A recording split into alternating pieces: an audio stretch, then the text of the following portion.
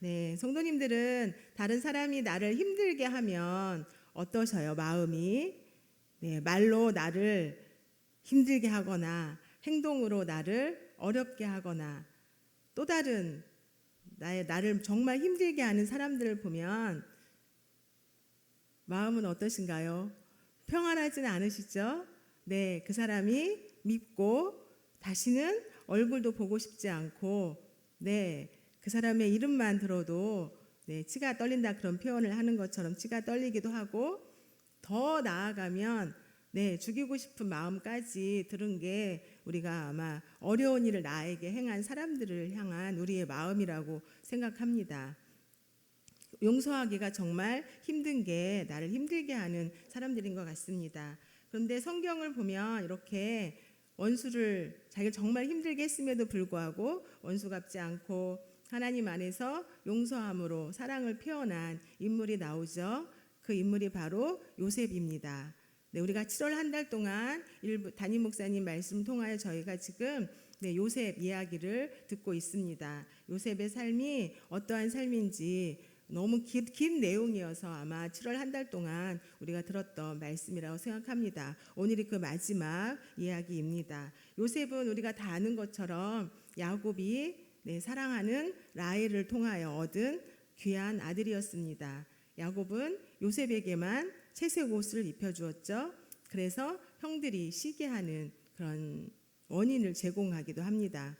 또 요셉도 자기가 꿈을 2번 꾸었는데 그 꿈 이야기를 형들에게 하면서 하늘의 해와 달과 별도 자기에게 절하고 곡식 볕단도 자기에게 절한다, 이런 이야기를 하면서 형들이 자기를 섬길 것 같은 그런 뉘앙스가 담긴 꿈을 이야기하죠. 그로 말미암아 형들에게 미움을 삽니다. 형들은 아마 어떻게 하면 이 요셉을 어떻게 할까요?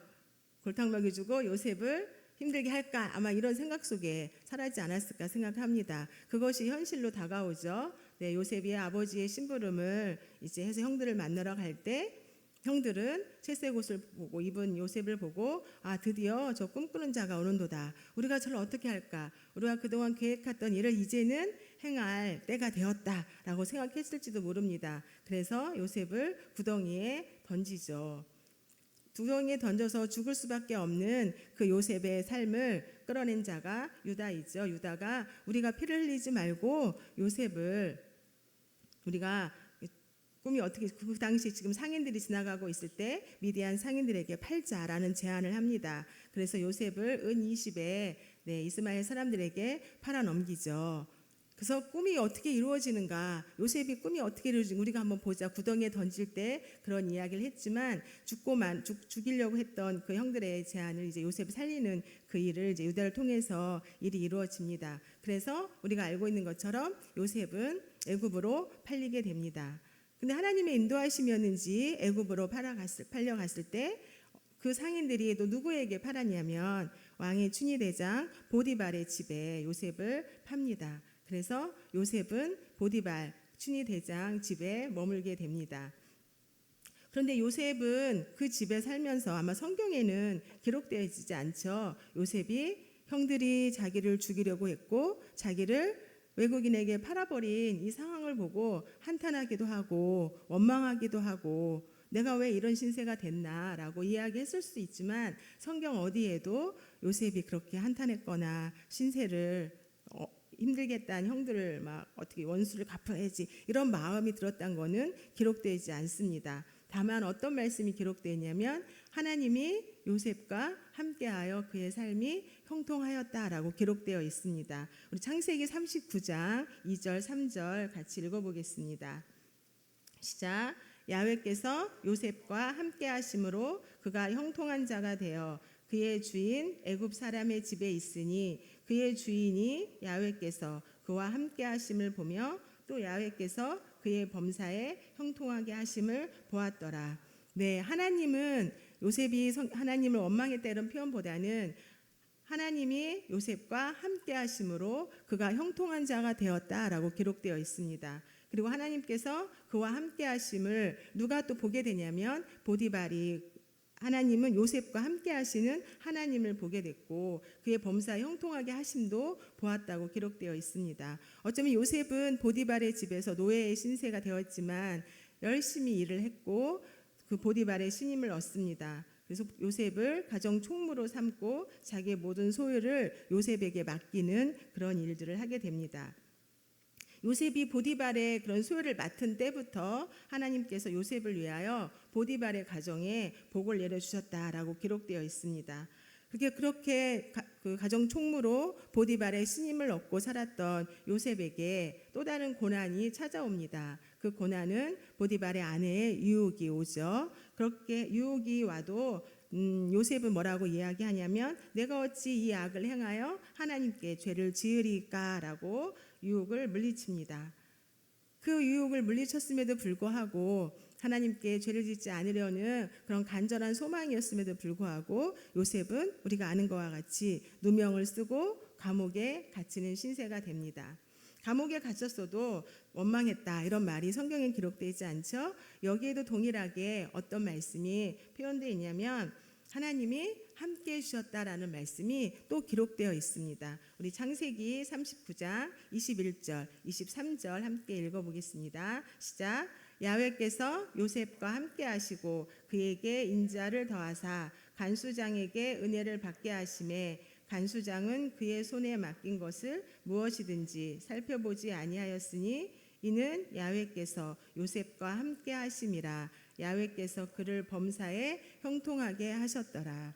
네, 하나님이 요셉과 함께 하셨다라고 또 기록되어 있습니다. 지금 어디에 가 있어요? 감옥에 가 있습니다. 누명을 써서 아무 잘못도 없는 요셉이 누명을 써서 감옥에 갔음에도 불구하고 성경에는 어떻게 기록되어 있냐면 하나님이 요셉과 함께 했다. 그래서 그의 범사에 형통하게 하셨다라고 기록되어 있습니다.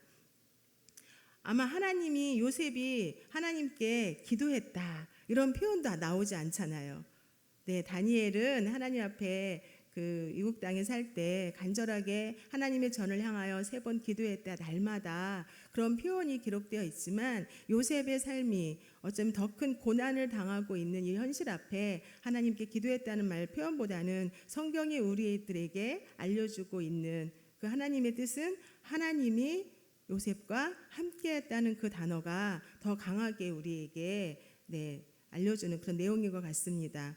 하나님이 함께 하심을 믿었던 요셉이었기 때문에 요셉은 어디에서든지 하나님 앞에서 살았던 삶을 우리들에게 보여줍니다. 비록 이방 땅에 혼자 외롭게 살고 있어도 그와 함께 하시는 분이 누구시냐면 하나님이시다. 그 믿음이 요셉에게 있었기 때문에 보디발의 가정에서 노예로 살았을 때도 최선을 다해서 살았기 때문에 하나님의 형통케 하심을 보았던 것처럼 또 지금 감옥에 갇혔어도 하나님이 함께 하심을 본 요셉, 그렇게 신앙 그의 삶을 또 하나님 앞에서 최선을 다해서 살았던 요셉에게 간수장이 모든 것을 맡기는 그런 일들을 경험합니다. 그러니까 우리의 삶 속에 항상 기억해야 할 것은 고난 중에 우리는 힘들고 어렵고 고난만 바라볼 수 있는 삶이 될 수 있지만 하나님이 나와 그 고난 중에도 함께 하심을 믿음으로 받아들인다면 우리는 어디에서든지 하나님 앞에서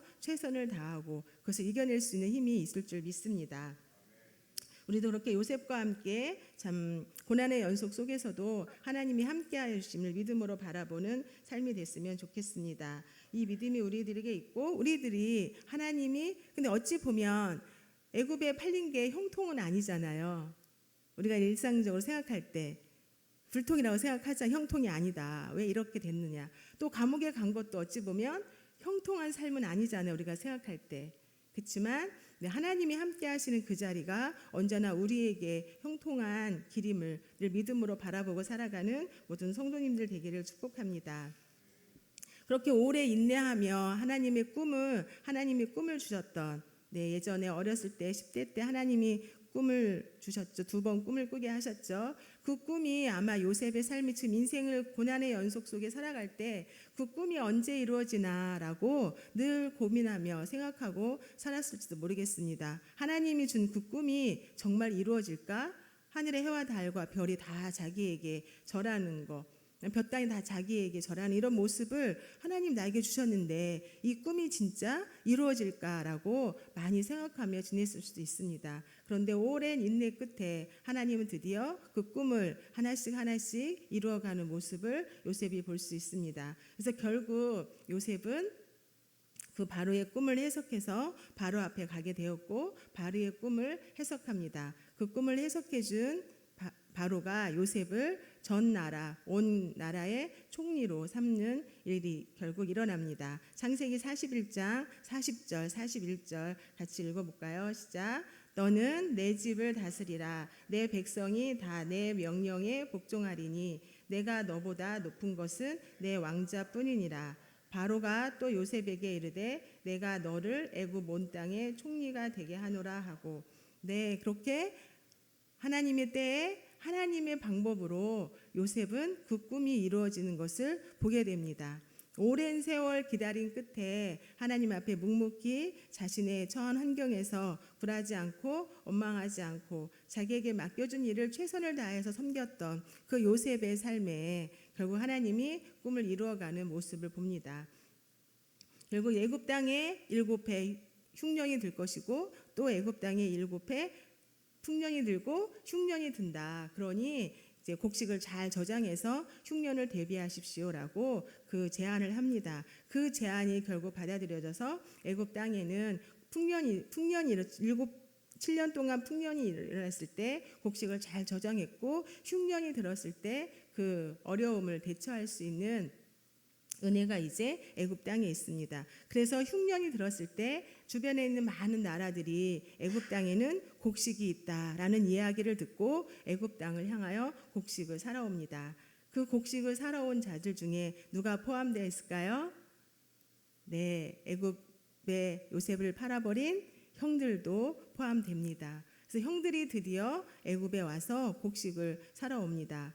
형님들이 왔을 때 애굽에 왔을 때 요셉은 형들을 알아보고 형들은 요셉을 알아보지 못하죠. 그래서 몇 번이나 형들에게 이제 자신들의 과거에 일을 행했던 일들을 돌이켜보게 하는 일들을 요셉이 스스로 하면서 형들이 이제는 자기들이 잘못한 거 동생들을 위하는 이런 마음, 사랑의 마음을 그들 속에 가득가득 회복될 수 있도록 여러 가지 일을 처리합니다. 그러면서 마지막에 이제 어떤 모습을 보냐면 오늘 우리가 읽은 본문에 그래서 드디어 내가 누구다, 나는 요셉입니다 라고 고백하는 그런 말씀이 나옵니다. 오늘 45장 3절 말씀 함께 읽어보겠습니다. 시작. 요셉이 그 형들에게 이르되 나는 요셉이라. 내 아버지께서 아직 살아계시니까. 형들이 그 앞에서 놀라서 대답하지 못하더라. 네, 지금 형들 앞에 있는 이 사람이 누구라고요? 당신들이 애굽에 판 요셉입니다 라고 드디어 자기를 밝힙니다. 아마 형들은 깜짝 놀랐을 거예요. 요셉이 죽은 줄만 알고 있었겠죠. 아니면 노예로 팔았는데 어떻게 요셉의 생명이 지금까지 요셉 애굽에 살고 있었을까? 상상하지 못한 일이 그들 앞에 펼쳐집니다. 또 그것도 그냥 다른 사람이 알지 못하는 게 아니라 많은 애굽 사람들이 우러러보는 그런 총리의 자리에 지금 누가 앉아 있냐면 요셉이 앉아 있는 것입니다. 하나님은 하나님의 방법으로 요셉을 결국 애굽의 총리가 되게 하셨고 요셉은 하나님이 꿈을 이루어준 것을 형들 앞에서 지금 보여주고 있는 그런 상황입니다. 아마 형들이 구덩이에 팔면서 그렇게 이야기했다고 했죠.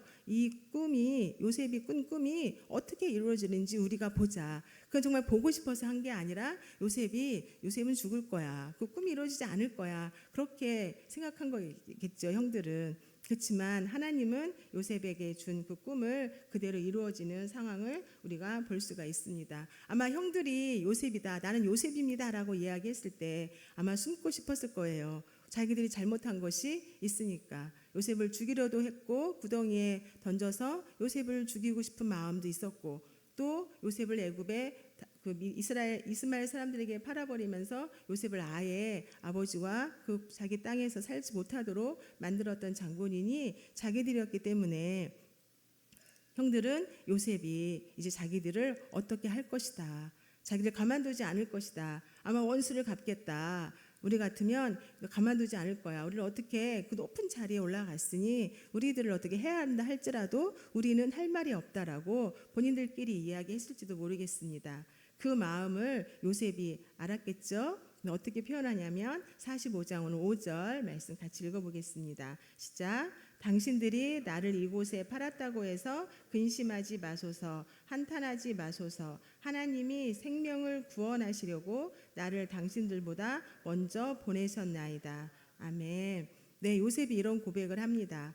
나를 이곳에 팔았다고 형님들 한탄하지 마시고 힘들어하지 마시고 근심하지도 마세요. 내가 형들을 어떻게 하지 않습니다. 죽이지 않습니다. 그렇게 마음으로 의뢰해줬겠죠. 그러면서 그 의뢰의 말이 뭐라고 하시냐면 하나님이 생명을 구원하시려고 나를 당신들보다 먼저 이곳에 보내신 겁니다. 그러니까 요셉의 마음은 어떤 마음이에요? 지금 오랜 세월이 흘렀잖아요. 형들과 헤어지고 애굽에 지금 팔려온 지 오랜 세월이 지나고 본인도 엄청 고난 속에 고난의 연속 속에 살아왔던 요셉이지만 그 요셉의 마음속에 항상 간직되어 있었던 것은 하나님이 나와 함께하여 주셨다. 그런 고백의 삶으로 지금까지 살아왔던 그 요셉이 이렇게 고백하는 겁니다. 하나님이 나를 먼저 이곳에 보내셨습니다. 그 이유는 생명을 구원하기 위해서입니다. 하나님의 관점으로 하나님의 시야로 상황과 환경을 해석할 줄 아는 그 믿음이 요셉에게 있었다는 것입니다. 나를 이곳에 팔아버린 형들, 늘 그것이 아마 요셉의 마음속에 있었다면 그 형들 다시 만나기만 해봐. 내가 다시 고향으로 돌아가기만 해봐. 내가 큰 사람이 돼서 고향에 가서 형들이 나를 팔아버렸다는 것을 아버지께 다 말하고 형들을 어떻게 할 거야 막. 그런 마음이 그 속에 가득 품고 살았다면 이런 말이 나올 수가 없겠죠. 요셉은 고난의 연속 속에 살았던 이국 땅에 살았으면서 그 마음에 이미 하나님이 함께해 주신 그 은혜를 경험했기 때문에 하나님이 그의 마음에 가득 담겨져 있는 그 마음이 있었기 때문에 형들을 보는 관점도 달라졌습니다. 무엇으로요? 자기의 관점으로 자기의 생각으로 형들을 바라본 것이 아니라 하나님이라면 어떻게 하셨을까? 하나님이 나를 지금 어떻게 바라보고 계실까? 하나님이 나의 마음에 하나님이라면 이런 상황 속에 내가 어떻게 행동해야 될까? 이것을 늘 마음속에 품고 살고 살았기 때문에 이제는 그 마음이 다 녹아졌겠죠. 형들을 향한 미움이 무엇으로 바뀌었냐면 사랑으로 바뀐 것을 확인할 수가 있습니다. 사랑은 우리가 사랑을 해야지, 이웃을 사랑하며 살아야지, 하나님은 우리에게 사랑하라고 하셨어 라고는 다 알고 계시잖아요. 근데 사랑이 구체적으로 무엇으로 표현되어야 진정한 사랑인가? 그 중에 여러 것들이 있지만 용서가 사랑의 표현이라고 생각합니다. 요셉의 마음에는 형들을 사랑하는 그 마음, 하나님이 자기를 사랑하듯이 내가 다른 사람을 사랑하는 것이 무엇인가를 말씀을 통해서 우리가 볼 수 있는데 그것이 바로 용서라는 것입니다. 진정한 용서가 있다는 것은 상대방을 사랑한다는 것입니다. 사랑하는 마음이 없으면 나에게 정말 힘들게 한 사람을 용서할 수가 없습니다. 결국 누가 힘드냐면 용서하지 못하는 내가 힘든 것입니다. 제가 예전에 선교단체 활동을 한 적이 있는데 그 이제 리더라고 불렀는데 전체 총괄하는 리더가 계셨어요. 근데 이제 저도 이제 같이 생활하면서 때로 힘든 게 있지요. 우리가 상처받는다고 하죠. 그분한테 상처받는 것도 있고 행동한 것 서운한 것도 있고 왜 저렇게 행동하실까? 내 마음에 이렇게 채워지지 않는 그런 미움이 있었습니다. 근데 기도를 해도 그 미움이 쉽게 가시지 않는 거예요. 왜 저렇게 하실까? 왜 나에게만 이렇게 행동하시고 말을 할까? 이런 마음들이 늘 들었는데 이제 기도를 해도 그것이 회복이 되지 않았는데 어느 날 하나님이 그런 마음을 주셨습니다. 용서하는 마음, 용서해라. 그 마음을 저에게 주시는 거예요. 근데 용서할 수가 없는 거죠. 그 말과 행동이 저에게 너무 상처가 됐기 때문에. 근데 하나님이 그 말씀을 저희의 개인적으로 마음을 기도하는 중에 용서하는 마음 품어라 이런 말씀을 해주셨기 때문에 제가 그때 그렇게 고백을 했던 것 같습니다. 맞습니다. 하나님, 제가 하나님이 저를 용서하셨듯이 내가 그분을 받아들이고 그분의 말과 행동한 것을 제가 용서하는 마음으로 이제는 살겠습니다. 그 고백이 제 입에서 나오는 순간 제 마음에 있었던 그 응어리가 싹 녹아져 내리는 거예요. 그러니까 결국 누가 힘들었냐면 제가 힘들었던 거예요. 뭐 때문에? 다른 사람을 용서하지 못하는 그 마음이 제 마음에 가득 있었기 때문에 더 이상 그 사람을 바라보기만 해도 이제는 싫고 그 사람의 말만 들어도 그 목소리가 듣고 싶지 않았는데 하나님이 그 마음을 주셨을 때 용서하는 마음으로 제가 다 고백했던 그 순간 하나님이 제 마음을 그렇게 이제 그 사람의 목소리도 잘 듣게 되고 얼굴 보는 것도 너무 반갑고 누가 변화된 거예요? 상대방이 변화된 게 아닙니다. 우리는 상대방이 변화되기를 원하는 마음이 있습니다. 상대방이 변해야 내가 변하지. 상대방이 변해야 내가 이렇게 편하게 살 수 있지. 이런 마음을 많이 품고 사는데 결국 하나님은 상대방이 변하기 전에 누가 변화되기를 원했냐면 제가 변화되기를 원했던 거죠. 제 마음에 그런 사랑의 마음을 주셨던 그 마음을 가지고 바라봤을 때 이제는 미움이 아니라 사랑으로 바라보게 되는 그런 일을 경험한 적이 있었는데요. 그런 것 같습니다. 우리가 나를 힘들게 하거나 같이 사는 남편이나 아내나 자녀들이나 또 이웃을 향해서 그들이 변화되기를 원하는 그런 마음이 있지만 결국 변화될 사람은 누구라고요? 나입니다. 왜냐하면 내가 힘들거든요. 그렇게 힘들게 다른 사람들을 바라보며 용서하지 못하는 그런 마음이 있을 때 힘든 삶은 나이기 때문에 하나님은 우리에게 사랑을 실천하라, 사랑을 표현하라. 그것 중에 하나가 바로 용서다라고 우리들에게 말씀해주고 계십니다. 그래서 우리가 그런 믿음으로 다른 사람을 참 사랑하고 용서로 표현하는 삶이 됐으면 좋겠습니다. 그것을 실천한 사람이 바로 우리가 오늘 보고 있는 요셉입니다. 요셉은 그 어려운 상황 속에서 힘든 과정 속에서 외국에서 살고 있는 그 상황 속에서도 하나님이 바라보는 관점으로 해석하고 하나님의 선한 계획이 있으셨다라고 믿음으로 고백하는 것입니다. 창세기 45장 7절에도 동일하게 말씀이 기록되어 있거든요. 한 번 더 읽어볼까요? 시작. 하나님이 큰 구원으로 당신들의 생명을 보존하고 당신들의 후손을 세상에 두시려고 나를 당신들보다 먼저 보내셨나니. 네, 계속 표현하죠. 당신들이 보낸 게 아니라 누가 나를 이곳에 보냈다고요? 하나님이 나를 이곳에 보냈다. 나를 이곳에 보내신 분은 당신들이 아닙니다. 하나님이 선한 계획이 있으셨기 때문에 나를 이곳에 보내신 것입니다. 라는 고백이 요셉의 입술을 통해서 나옵니다.